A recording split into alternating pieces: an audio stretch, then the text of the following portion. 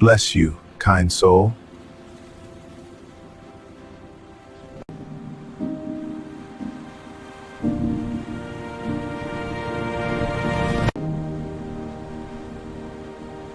Here, it's warm.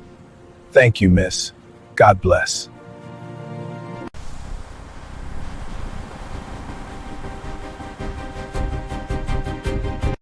This is not a drill.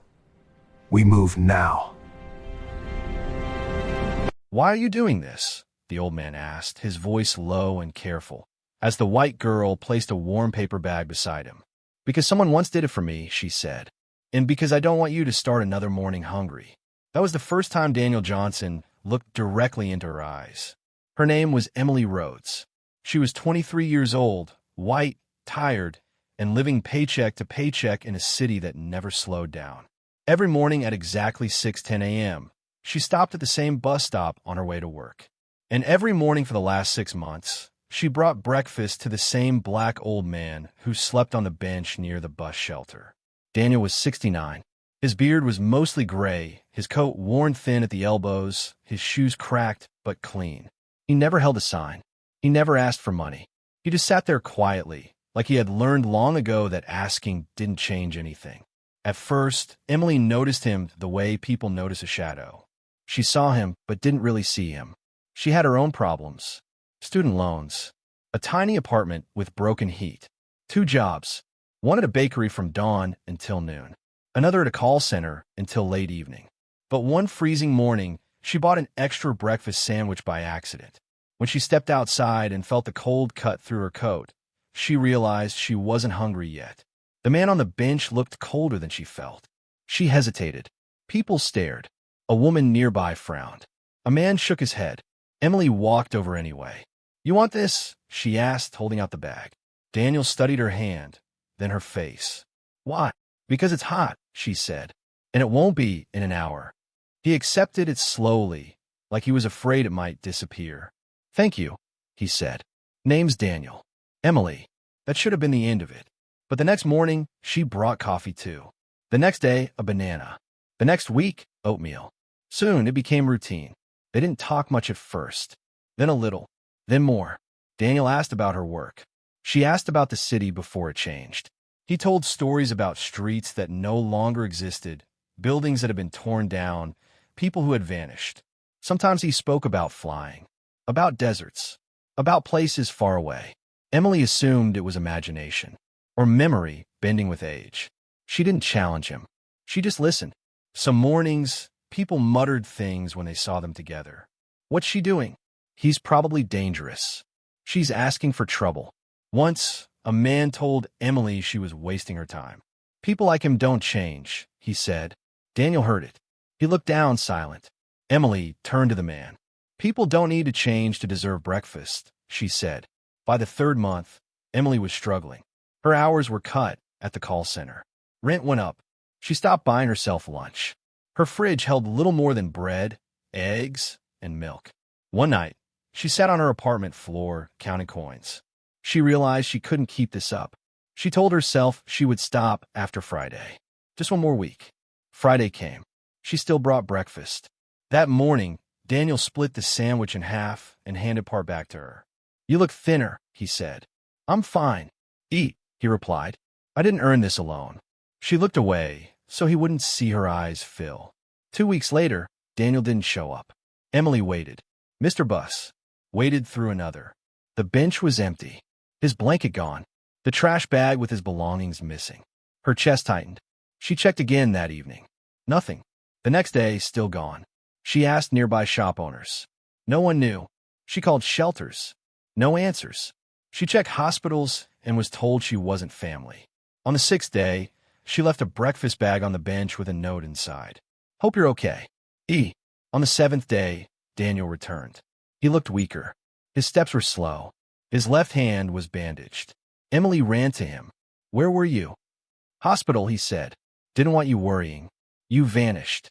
Some folks disappear easier than others. She noticed the scar under the bandage. Clean. Surgical. "What happened?" "Old things catching up," he said.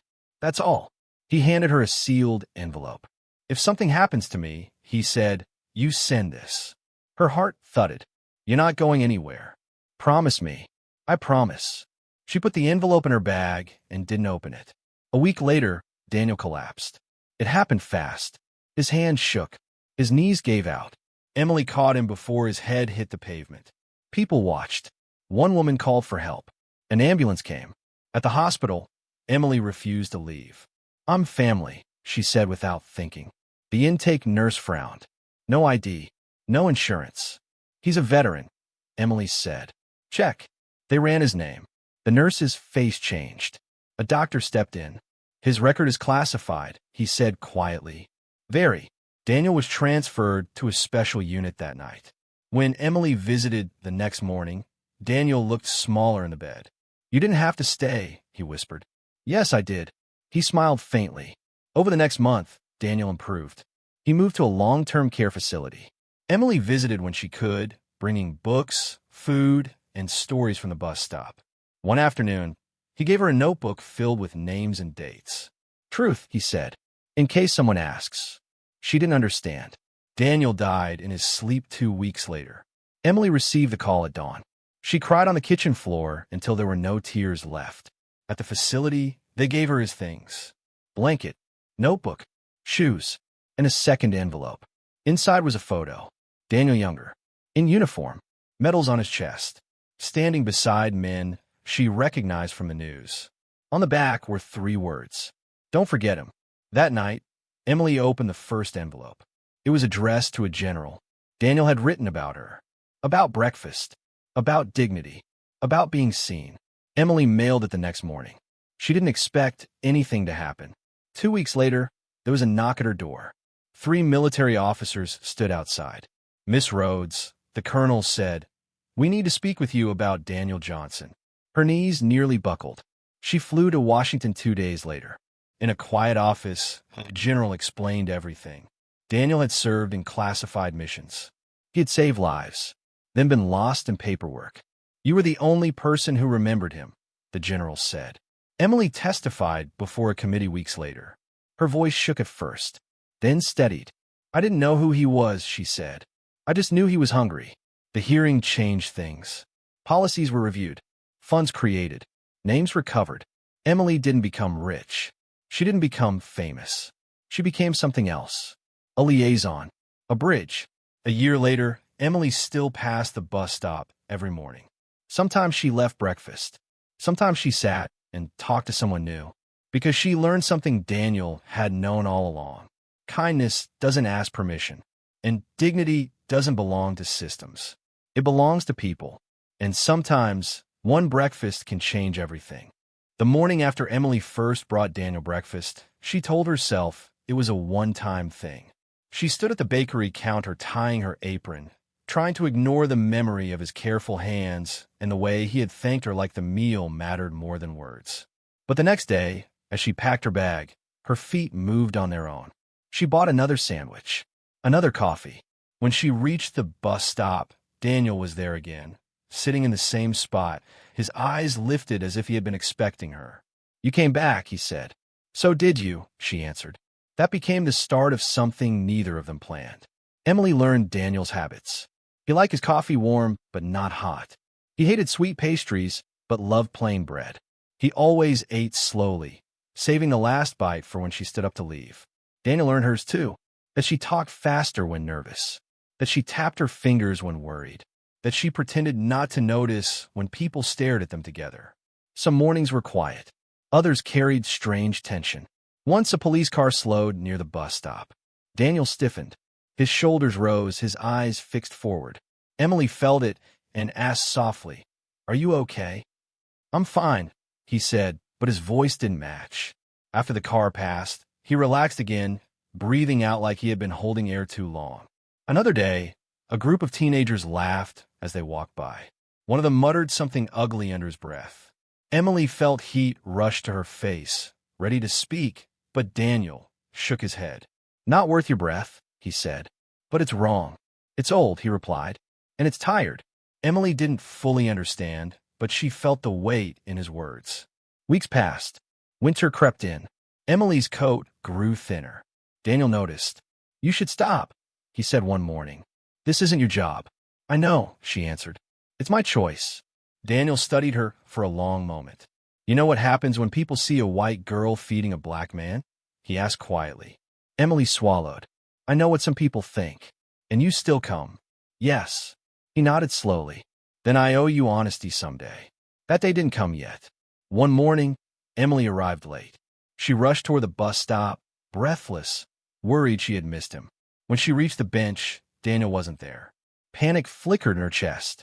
Then she saw him, standing near the street, speaking to a man in a suit. The man handed Daniel something small and dark. Daniel placed it inside his coat quickly. When he saw Emily, his body went still. The man turned and walked away without a glance. Emily forced a smile. Did I miss breakfast time? No, Daniel said. You're right on time. But something had shifted. Daniel spoke less after that. He watched more. Some days he asked Emily strange questions. If someone offered you a way out, he asked once, would you take it even if it scared you?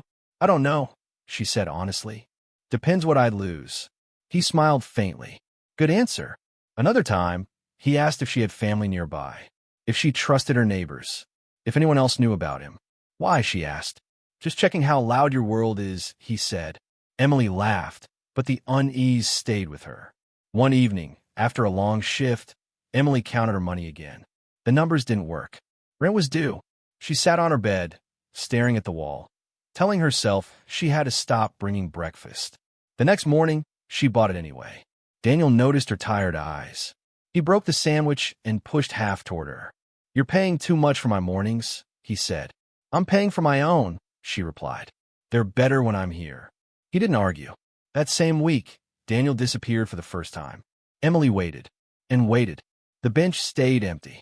And for the first time since they met, the morning felt wrong. Emily stood at the bus stop long after her bus came and went.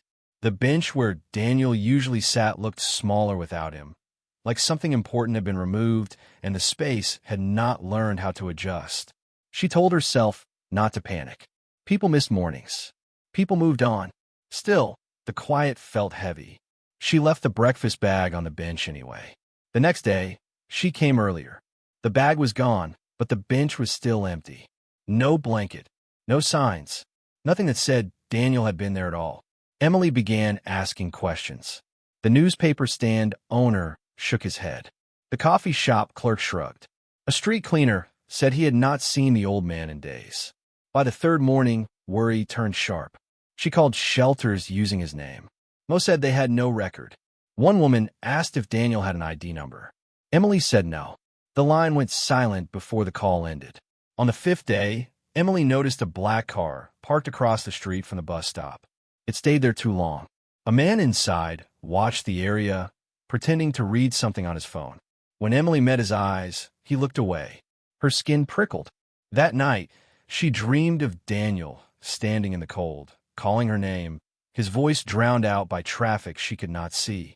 On the sixth morning, she nearly cried when she saw him. Daniel sat on the bench again, thinner than before. His hand shook as he accepted the bag.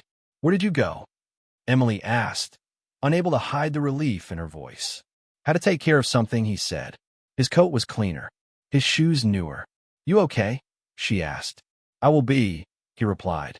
Emily wanted to press him, but something in his expression warned her not to. They sat in silence longer than usual. Daniel kept scanning the street. Twice, his eyes landed on the black car, now parked farther down. Emily noticed. Do you need help? She asked. Daniel looked at her, really looked at her, as if weighing something heavy. People like me, he said slowly, don't always get to choose how stories end. I don't believe that, Emily said. He smiled gently. That's because you're still early in your story. That afternoon, Emily found an envelope taped to her apartment door. No stamp, no return address. Inside was a single sheet of paper with one sentence. If he asked you to promise, do it. Her hand shook. The next morning, Daniel seemed calmer. He ate slowly, carefully. Emily, he said, if something happens to me, I need you to listen, not argue. Her throat tightened. What are you talking about? I need you to promise. She stared at him. You're scaring me. I know, he said softly. I'm sorry. She nodded. Okay, I promise. He reached into his coat, and handed her a small envelope. "Do not open this unless officers come asking about me," he said. "Officers?" "Yes." Emily hesitated, then tucked it into her bag. That same evening, two men knocked on Daniel's sheltered door across the street. Emily saw it from her apartment window. She watched Daniel follow them without resistance. The next morning, he was gone again. This time, Emily didn't leave breakfast. She stood by the bench with empty hands, heart pounding, knowing deep down that this disappearance was not like the first. And somewhere far away, a decision had already been made that would soon pull her into a world she never expected. Emily woke to a loud, insistent knocking at her apartment door before dawn. Her heart raced. She wasn't expecting anyone. Her hands shook as she fumbled to open it. Three men in crisp military uniforms stood on her small, cracked doorstep. Brass buttons gleamed in the dim light. The tallest one, a colonel by the looks of his insignia, spoke first. "Miss Emily Harris?" His voice was firm but not unkind. "Yes," she whispered, clutching her robe around her. "Can I help you?" "We're here regarding Daniel Thompson," the colonel said. "Please come with us." Emily froze. "Daniel? What happened?" The colonel's face remained unreadable. "We need to ask you some questions." "It's urgent." Her mind raced. "Officers? Questions?" Something serious, something bigger than Daniel sleeping at a bus stop, bigger than anything she had imagined. She nodded slowly, grabbed her coat, and followed them down the narrow hall. Outside, a black SUV waited. They drove in silence. The city streets were quiet, the early morning mist curling around the streetlights. Finally, they arrived at a federal building. Security checks were brief, professional. Emily felt like she had stepped into another world, a world she had only ever glimpsed in movies. Inside, they led her to a small room. One of the officers gestured for her to sit while the colonel opened a file. "Daniel Thompson," the colonel said, "served in the military for 25 years. Highly decorated, but his records are unusual, classified, sensitive. He was part of operations that aren't publicly acknowledged." Emily stared. I didn't know. He never said. He said some things," the colonel continued. "Things that made him sound extraordinary, yes, but we couldn't confirm. Now we can. And we need your help to understand what happened to him these last few weeks." Her stomach dropped. "Why me?" "You were the last civilian to interact with him before he disappeared," the colonel said. "You were the only one he trusted, and he left something for you." Emily reached into her bag, her hands trembling. The envelope Daniel had given her sat there like a secret waiting to be revealed. "Open it," the colonel said. She did. Inside were documents, photographs, a handwritten note. Her eyes widened. Daniel had been involved in operations that she couldn't even begin to imagine. Operations that explained why men in suits and military officers had been watching him. Operations that explained the sudden disappearances and appearances. The note read, "Emily, I knew you would do this. Thank you for seeing me when no one else did. You will need to show them what kindness looks like. Promise me." Tears blurred her vision. She looked up. "They're asking me to show them?" The colonel nodded. "Yes. They need someone who understands him as a person, not as a file, not as a case number. You brought him food, company, dignity. That matters. More than you know." Emily sank into the chair, her mind spinning. The old man at the bus stop, the stories she thought were fantasies, the sandwiches, the small mornings, they weren't just acts of kindness. They were acts that connected her to something much larger, something she hadn't signed up for but couldn't walk away from. She swallowed hard. "Okay," she said finally. "I'll do it. I'll tell them." The colonel gave a small nod. "Good, because what you're about to do may change more lives than you realize." For the first time in months, Emily felt the weight of purpose. She had started simply, bringing breakfast to a man who seemed forgotten by the world. Now she was about to step into a world where that small act might ripple far beyond anything she had imagined. And somewhere deep inside, she realized Daniel had trusted her with more than breakfast. He had trusted her with the truth. Tomorrow, she would begin telling it. Emily spent the rest of the morning in a haze. She was given a small office inside the federal building, a desk, a chair, and a pile of files. Officers came and went, taking notes, asking questions, reminding her of details Daniel had shared. Everything she remembered from the bus stop, the sandwiches, the mornings, the stories, all of it was suddenly important in a way she hadn't expected. One officer, a young woman named Lieutenant Carter, leaned in over the desk. "Emily, we're trying to reconstruct the last 6 months of Daniel's life before he went off the grid. Every detail counts, even the small things." Emily nodded, thinking about the morning she spent walking 3 blocks, carrying 2 sandwiches, coffee in a thermos. She remembered his hands shaking as he accepted the food, the quiet dignity in his voice, the way he split his sandwich with her on the days she had none for herself.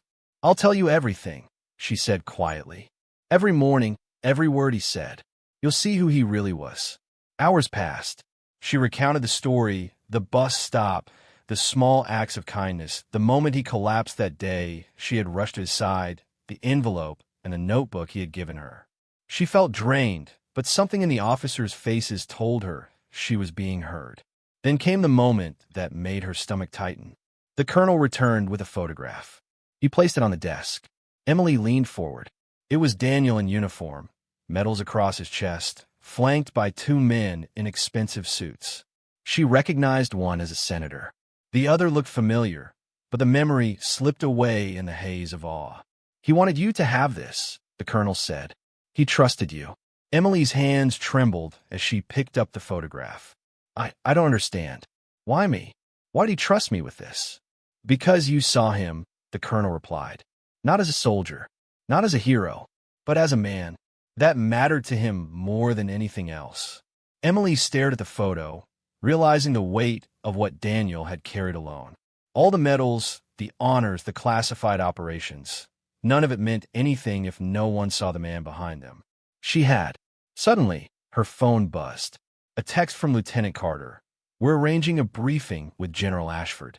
She wants to meet you tomorrow. Be ready." Emily swallowed hard. General Ashford. She had heard of her, a high-ranking officer in the Pentagon, someone who made things happen. Now she was going to meet her because of Daniel, because of the sandwiches, because of the small things she thought didn't matter. The next morning, Emily arrived at the Pentagon. Security was tighter than she expected, but officers guided her through the maze of hallways until she reached a large office. General Ashford was standing by the window, looking out over the city. She turned, and her gaze met Emily's. "Miss Harris," Ashford said, extending her hand. Her grip was firm, confident. "Thank you for coming. I've read the letter Daniel left. Your actions saved him, kept him human when the system failed him. That matters more than you know." Emily swallowed. "I didn't do anything extraordinary. I just brought him breakfast. Talk to him. Listen." Ashford smiled slightly. "That's extraordinary. You gave him dignity. That's what we need to understand. Your perspective, the one from outside the military, is rare. And Daniel trusted you with it." Emily's mind raced. What happens now?" Ashford walked to her desk, motioning for Emily to sit. "Now, we take your story to those who can make real changes. You will testify before the Senate Armed Services Committee. They need to hear what happens when the system loses someone like Daniel Thompson. Your voice will make them listen." Emily's heart pounded. Testify? Before the Senate? She was just a woman who brought sandwiches. But she saw the determination in Ashford's eyes, the weight of responsibility, and the truth hit her. She had been chosen because she had done the right thing without expecting anything in return. I'll do it," Emily said finally. Ashford nodded. "Good. We'll prepare you. But remember, tell the truth.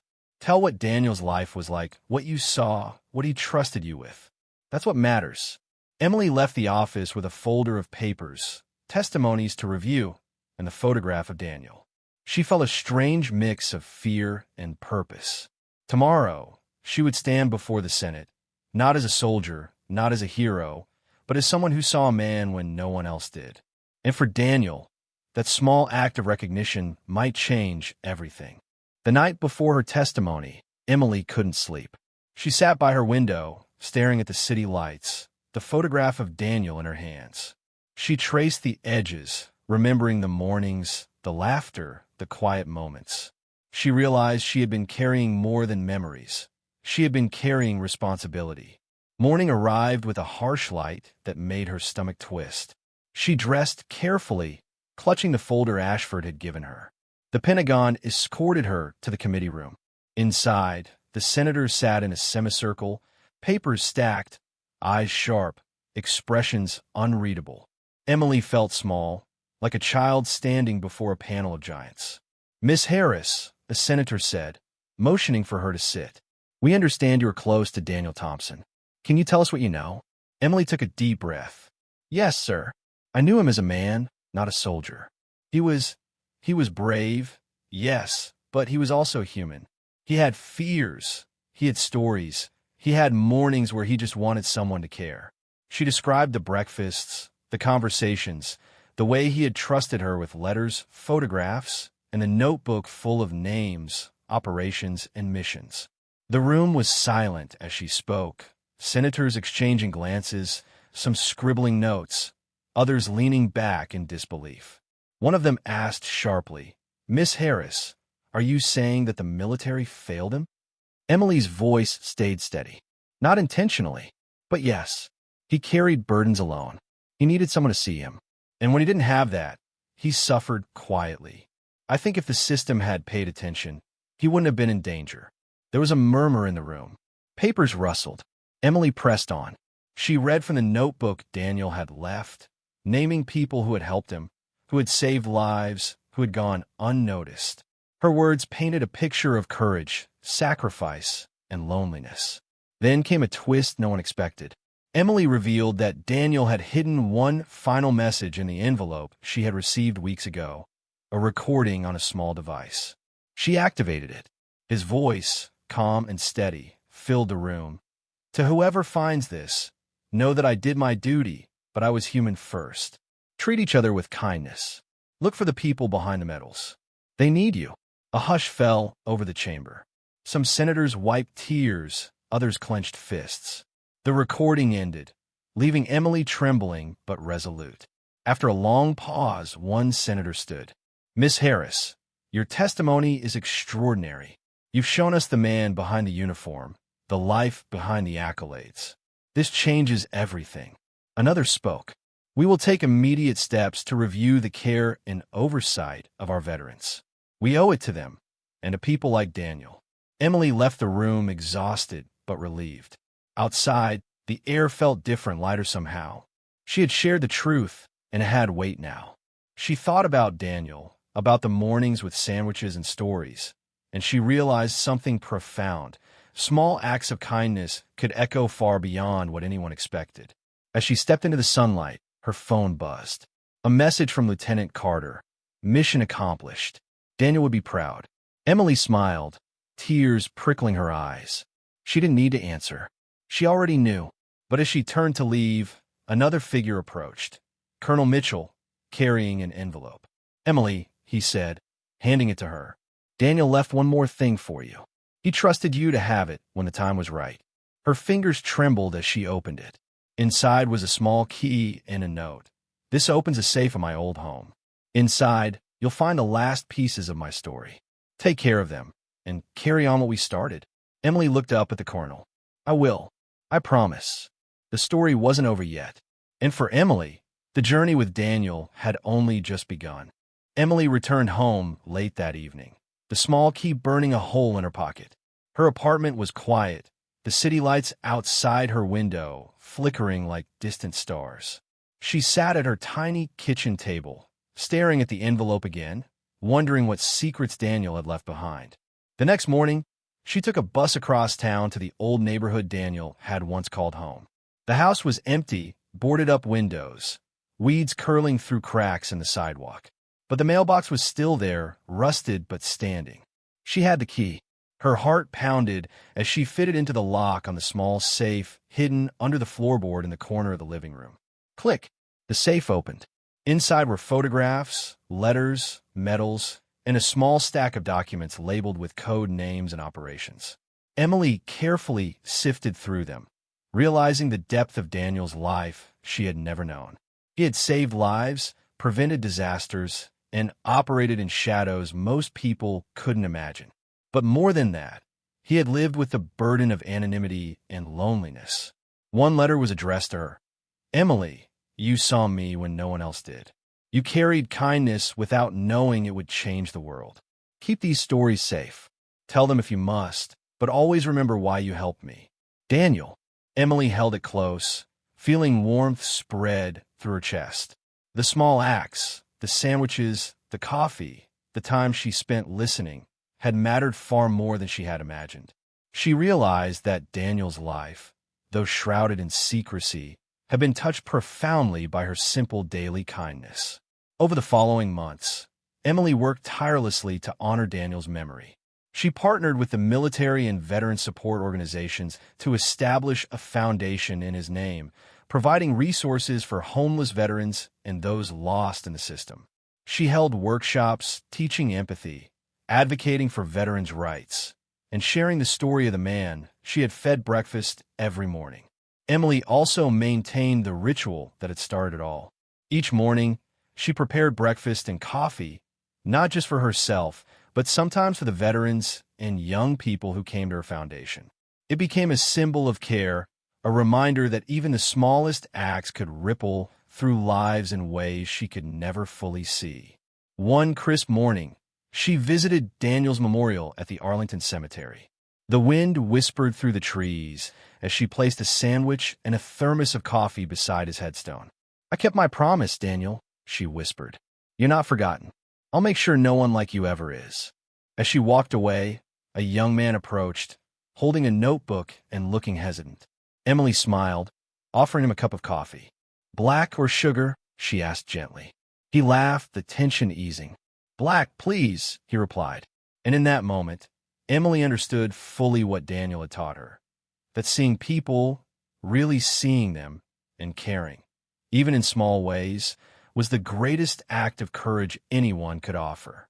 The legacy of kindness, once started, could grow, could multiply, could change lives forever. Emily walked back to her foundation's office, the city alive around her. The world felt heavier, yes, but lighter too.